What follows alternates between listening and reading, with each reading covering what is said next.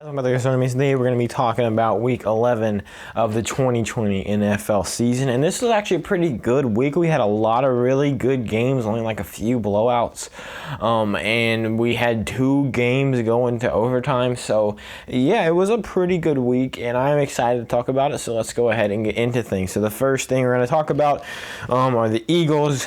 They went up against the Browns and they lost 22-17. They actually put up more of a fight than I thought they would, but still they were held back by the fact that the Browns defense has been really elite these past couple of weeks. Their offense, for the Browns at least, definitely played a lot better than it has. The past couple of weeks, the Browns really didn't score too many points. They went out there, they scored 22 points, which isn't a very high scoring game, but definitely is better than what they have been putting up. And the Eagles, I mean, they're 3-6-1. The Cowboys and the Washington football team play on Thanksgiving, and whoever wins that game will overtake the Eagles for the number 1 seed in the NFC East. So they're probably not gonna. And plus, I'm pretty sure they play. They might actually play the Saints. I don't know. They have a really rough schedule coming up. So the Eagles. This was kind of a must-win game for them if they wanted to hang on to the NFC East for any longer. And they didn't really do that, and now it's kind of slipping out of their fingertips. Even with how bad their division is, they definitely have the hardest schedule in it by far. All 4 of these teams are so bad, and they have really tough schedules coming up. Hey, it's going to be rough. The Browns, on the other hand, second in their division. They are now in the playoff picture. I think they're like 6th seed, but they're hanging in there. 7-3. Next up, Falcons went up against the Saints. The Taysom Hill-led Saints. I thought they had a pretty good chance in this one. When they got beat 24-9 scoreless in the second half. Taysom Hill played really well. The Saints defense also. I mean, it was a really good game on both sides of the ball for the Saints. The Saints kind of went out there and showed that they kind of don't need Drew Brees. In my opinion, I think it might have been good for them to go out there and have a mobile quarterback. Drew Brees, he's old. He's not very mobile. He's not known for his rushing. Even while Taysom Hill, a lot of times whenever he's in there at quarterback, teams expect him to rush more than they expect him to throw. And I think he actually had 2 rushing touchdowns, and he went out there and he played really well. I think he was his team's leading rusher, along with being obviously their leading passer. The Falcons, on the other hand, did not play very well. 3 field goals is not just going to cut it.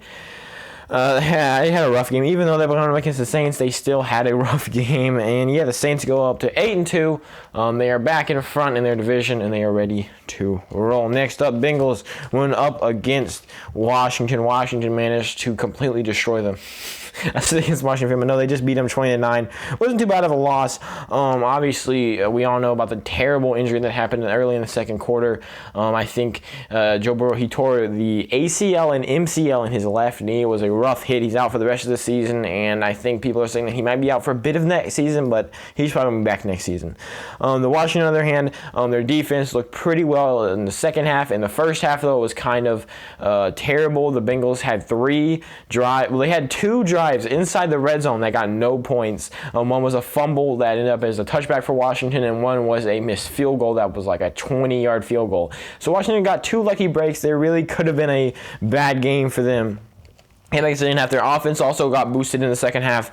I don't know what happened there. I mean, you could say that the defense started playing better in the second half just because Joe Burrow was out and Ryan Finley was in, but their offense also started playing pretty well. And I guess you can't really attribute that to Joe Burrow being out. The Bengals, on the other hand, really the only parts of their offense that were working was really Joe Burrow, and he was going in there and being a workhorse. And now that they've got Ryan Finley in there instead, they do have a game against the Giants. It's definitely still winnable for them, but yeah. I'd also, no, you know what, never mind. I was going to say something about someone, but never mind. I'll leave them alone. Next up, they know who they are. Next up, Lions versus Panthers. The Panthers got a shutout today, 20-0 win over the Lions. They bump up to 4-7. I thought, this would be a game where the Lions went out there and played really well and got a win.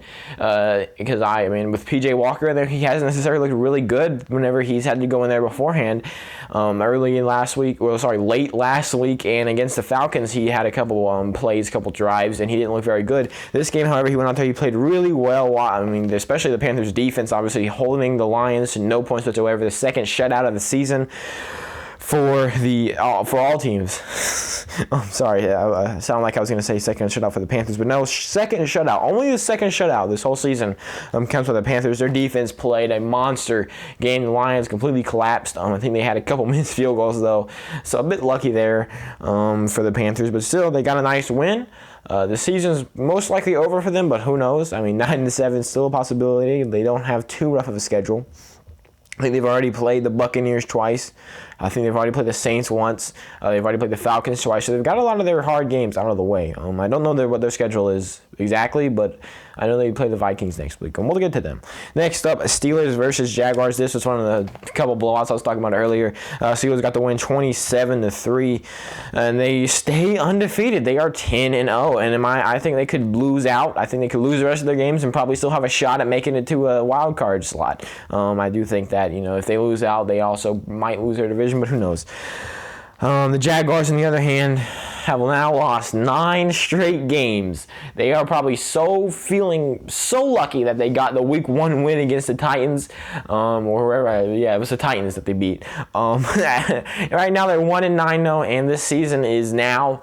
It has been for a bit, but the season is officially over. Okay. Now, no team has technically been out of the playoffs yet. The moment a team's out of the playoffs, I will, I'll say that. And the moment a team clinches the playoffs, I'll say that also. But the Steelers, they get a nice 24-point win. Moving on.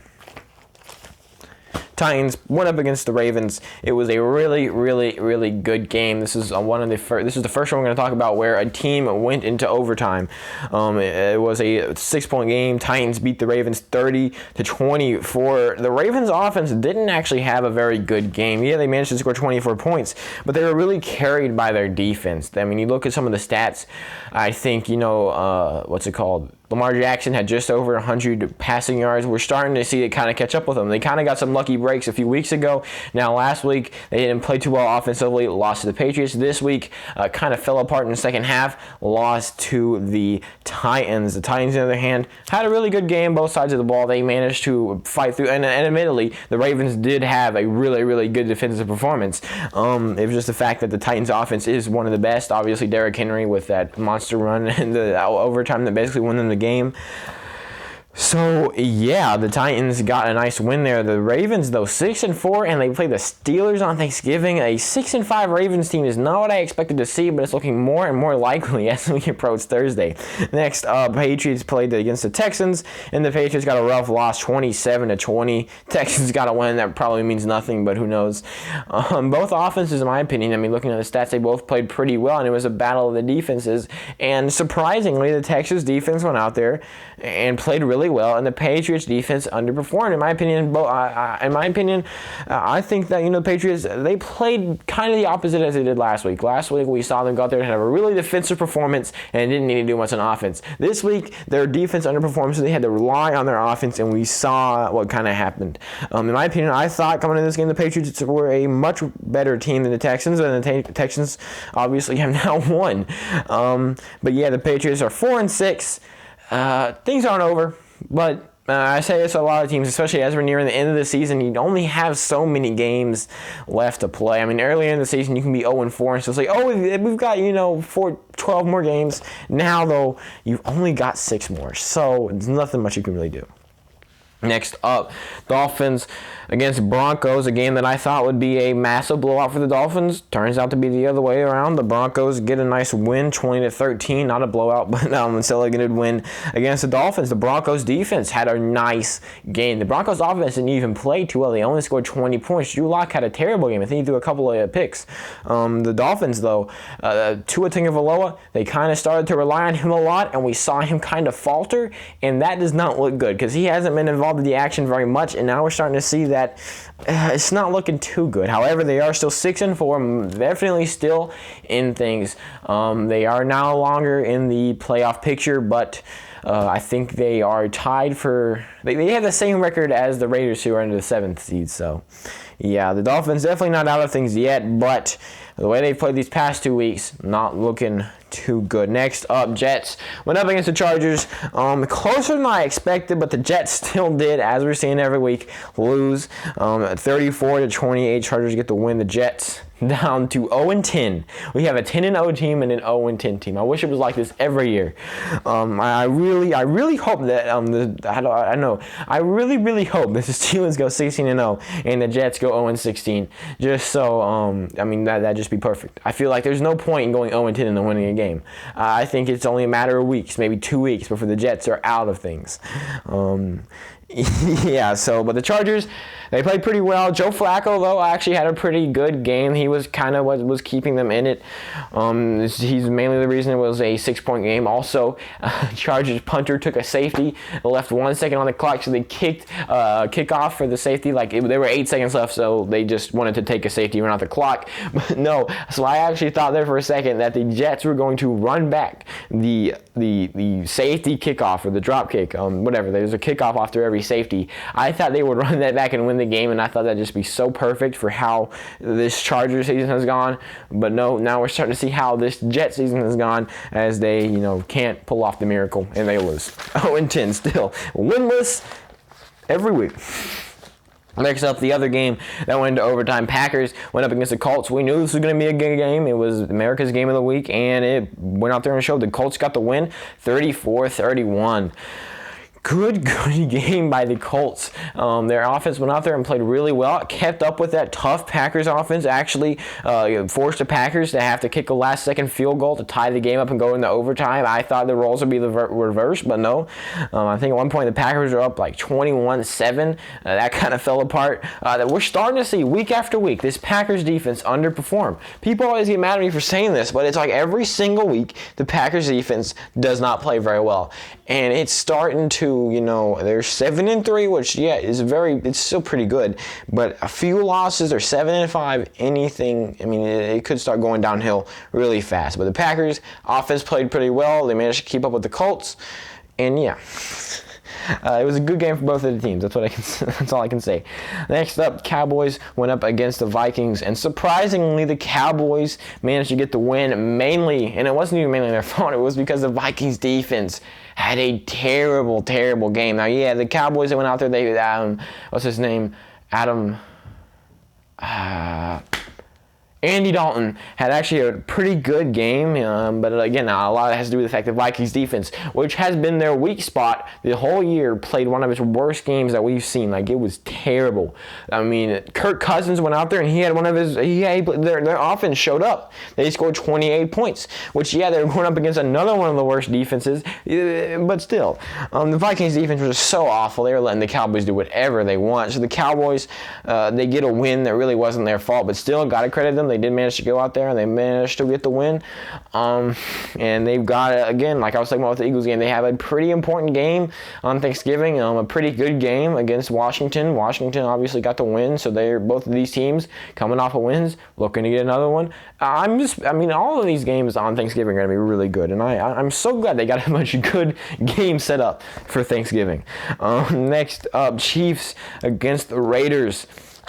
It was Sunday Night Football, and it was a really good matchup. I thought that first game when the Chiefs lost to the Raiders, I thought it was a fluke. I thought the Chiefs were going to come out here and get their revenge, and they did get their revenge, but I thought they were going to win by 21 points or something, that kind of revenge, blow them out of the water. But no, the Raiders go out there and they have a pretty good game. It was a 35-31 win by the Chiefs, who bump up to 9-1. The Raiders drop down to 6-4, still in the playoff picture. They are now the 7th seed, but that is still good enough for the playoffs this year. And I've heard they're considering adding an 8th seed just because, I don't know, COVID for some reason. But both teams played pretty well. The Raiders' offense was insane. It was crazy, but the Raiders went out there and played they played really well. It was back and forth the whole game, and I think it was 31-28. Chiefs throw a touchdown, 35-31. It was a really good game, and I'm so glad, because earlier in the season I used to complain about how bad the primetime games are. It's being kind of fixed now, and I know they're not picking them as the weeks go on. I know they're picked back in April, but still, it's nice to see some good games on primetime, and who knows what'll happen tonight. Rams versus Buccaneers, but we will have a video covering that out tomorrow. We post here every single day, and due to the fact that Washington is playing on Thursday, I will be posting 3 videos on Wednesday and none on Sunday, so that should be interesting. But thank you guys so much for watching this unusually long weekly recap. But this was a really good week, so I kind of wanted to go in depth into it. If you like football content or just want to hear me talk, I post videos every single day talking about football. Unless, like I said, Washington is playing on Thursday, so I'm gonna not have a video up on Sunday. I normally react to every Washington game because I am a Washington fan.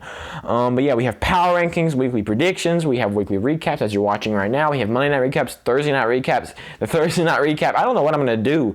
I'm probably just gonna have a Thanksgiving Day football recap. I don't know what I'm gonna do for that video. I have a behind the scenes video that I recorded a full week of me doing something, I think back in week 10, and I'm gonna upload that at some point. I just have to make a thumbnail for that, and I don't know what to make the thumbnail.